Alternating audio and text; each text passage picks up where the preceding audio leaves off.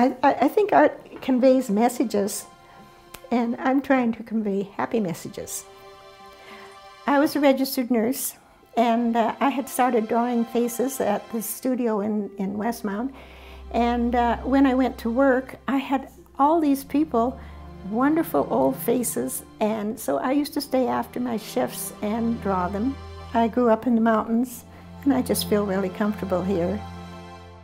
I was fortunate enough to marry well, he was really a nice person, but he happened to be a mining engineer, so it gave me a chance to see different parts of the world which I never dreamt I would ever see.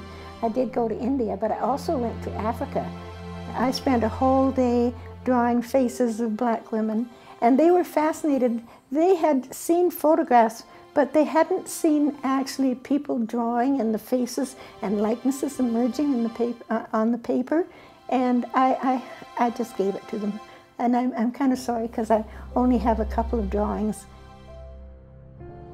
I really like to do still life. If you notice around my house, I have lots of copper and brass and fruit, and they often go in still life. And it's a wonderful way for a young artist or an older artist. We can set up the light and it stays the same, and you can paint, and so you get to eat the fruit afterwards too.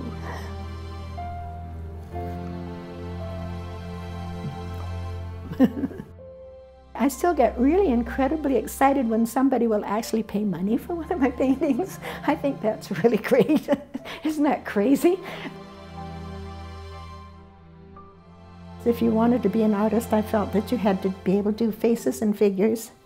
I used to go to Westmount Park and sit by the wading pool, and the little kids would come, and I'd have a pen and pencil in my hand and paper, and they'd come and look at the paper, and I'd say, "Oh, I'd like to draw your eye."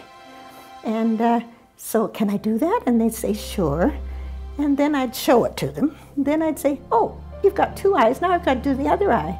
So anyway, we'd work our way all the way down the face, and when I got done the drawing, I would give it to them, and they'd run happily off with the drawing and give it to their mom and dad. I think if you're a young painter just starting out, I think the most important thing that you should remember to do is to draw every day.